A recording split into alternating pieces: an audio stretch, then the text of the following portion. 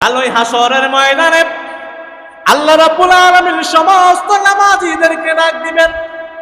আল্লাহ রাব্বুল আলামিন ডাক দিয়া বলবেন, বান্দার দল, জমিনে থাকা অবস্থায় কে কে 5 ওয়াক্ত নামাজ আদায় করছো?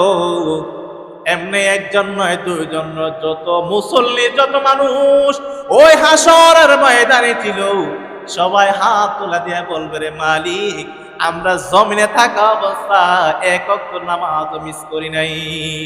আল্লাহ রাব্বুল আলামিন বলবেন, ঠিক আছে, তোমরা জমিনে থাকা অবস্থায় যেহেতু নামাজ আদায় করলাম, আল্লাহ রাব্বুল আলামিন বলেন, যেহেতু জমিনে থাকা অবস্থা নামাজ পড়ছো, আজকে আমি মালিকের সামনে তোমরা সবাই আমি আল্লাহকে সেজদা দাও।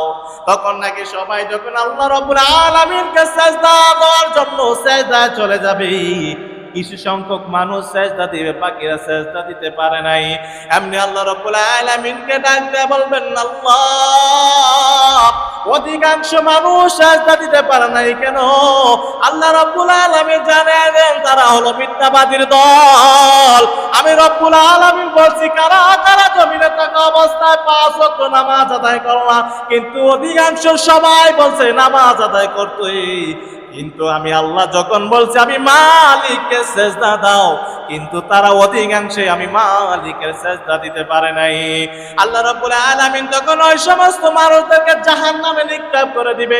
জাহান্নামের ফেরেশতার দল ডাক দিয়ে বলবেন, রে বুকার দল, কারা গো, তোমরা কারা?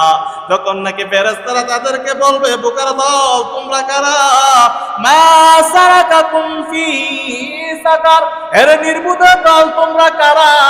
তখন ওই সমস্ত জাহান্নামীরা ডাক দিয়ে বলবেন, ক্বালু লাম নাকু মিনাল মুসাল্লিন, আমরা হইলাম ওই সমস্ত লোক যারা জমিনে থাকা অবস্থায় নামাজ আদায় করি নাই। আল্লাহ রাব্বুল আলামিন তাদেরকে ওই যে আপনার এই দান দিয়ে কি করে, ছিটা ছিটা দেয় না, ওই সমস্ত বেনামাজিকে আল্লাহ তাআলা ছিটা ছিটা উড়ে উড়ে জাহান্নামে পাঠায়।